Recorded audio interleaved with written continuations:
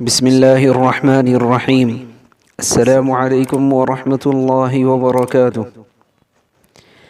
حضرت سلمان رضی اللہ عنہ کہتے ہیں کہ نبی کریم صلی اللہ علیہ وسلم نے شعبان کی آخر تاریخ میں ہم لوگوں کو وعظ فرمایا کہ تمہارے اوپر ایک مہینہ آ رہا ہے جو بہت بڑا مہینہ ہے، بہت مبارک مہینہ ہے۔ اس میں ایک رات ہے شب قدر جو ہزاروں مہینوں سے بڑھ کر ہے۔ اللہ تعالیٰ نے اس کے روزے کو فرض فرمایا اور اس کے رات کے قیام یعنی تراویح کو ثواب کی چیز بنایا ہے۔ جو شخص اس مہینے میں کسی نیکی کے ساتھ اللہ کا قرب حاصل کرے، ایسا ہے جیسا کہ غیر رمضان میں فرض ادا کیا، اور جو شخص اس مہینے میں کسی فرض کو ادا کرے وہ ایسا ہے جیسا کہ غیر رمضان میں 70 فرض ادا کرے۔ یہ مہینہ صبر کا ہے اور صبر کا بدلہ جنت ہے، اور یہ مہینہ لوگوں کے ساتھ غمخواری کرنے کا ہے۔ اس مہینے میں مومن کا رزق بڑھا دیا جاتا ہے۔ جو شخص کسی روزے دار کا روزہ افطار کرائے، اس کے لیے گناہوں کے معاف ہونے اور آگ سے خلاصی کا سبب ہوگا، اور روزے دار کے ثواب کے مانند اس کو ثواب ہوگا، مگر اس روزے دار کے ثواب سے کچھ کم نہیں کیا جائے گا۔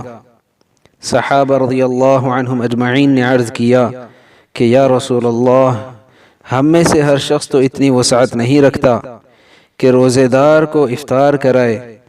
تو آپ صلی اللہ علیہ وسلم نے فرمایا کہ پیٹ بھر کھلانے پر موقوف نہیں، یہ ثواب تو اللہ جل شانہ ایک کھجور سے کوئی افطار کرا دے، یا ایک گھونٹ پانی پلا دے، یا ایک گھونٹ لسی پلا دے، اس پر بھی مرحمت فرما دیتے ہیں۔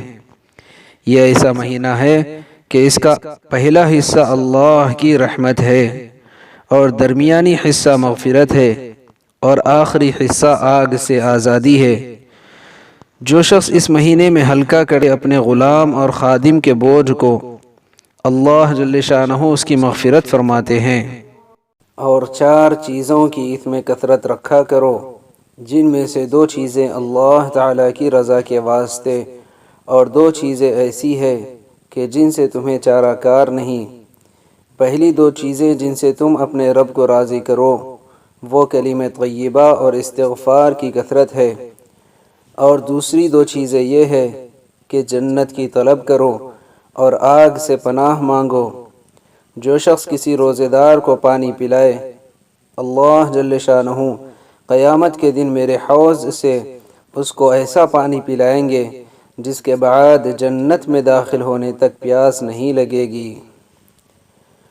تو دوستو، یہ رمضان کے شروع میں ہونے سے پہلے اللہ کے نبی صلی اللہ علیہ وسلم نے یہ صحابہ کے سامنے اس کی فضیلت بتائی ہے، تو ہم بھی اس کو سنیں اور انشاءاللہ اس پر عمل کریں، اور یہ ہمارا رمضان اعمال کے ساتھ گزرے اس کی فکر کریں، اور اس ویڈیو کو زیادہ سے زیادہ لوگوں کے ساتھ شیئر کریں تاکہ دوسرے لوگ بھی رمضان کی فضیلت کے بارے میں جان سکے اور وہ بھی اس پر عمل کر سکے، تاکہ ان کے عمل کرنے پر ہمیں بھی ثواب مل سکے۔ اللہ پاک ہم سب کو کہنے سننے سے زیادہ عمل کی توفیق عطا فرمائے، اور اللہ رب العزت سے دعا ہے کہ اللہ تعالی ہم سب کو اس ماہ مبارک میں زیادہ سے زیادہ اعمال کرنے کی اور اللہ کو راضی کرنے کی فکر کرنے کی توفیق عطا فرمائے۔ آمین۔ والسلام علیکم ورحمۃ اللہ وبرکاتہ۔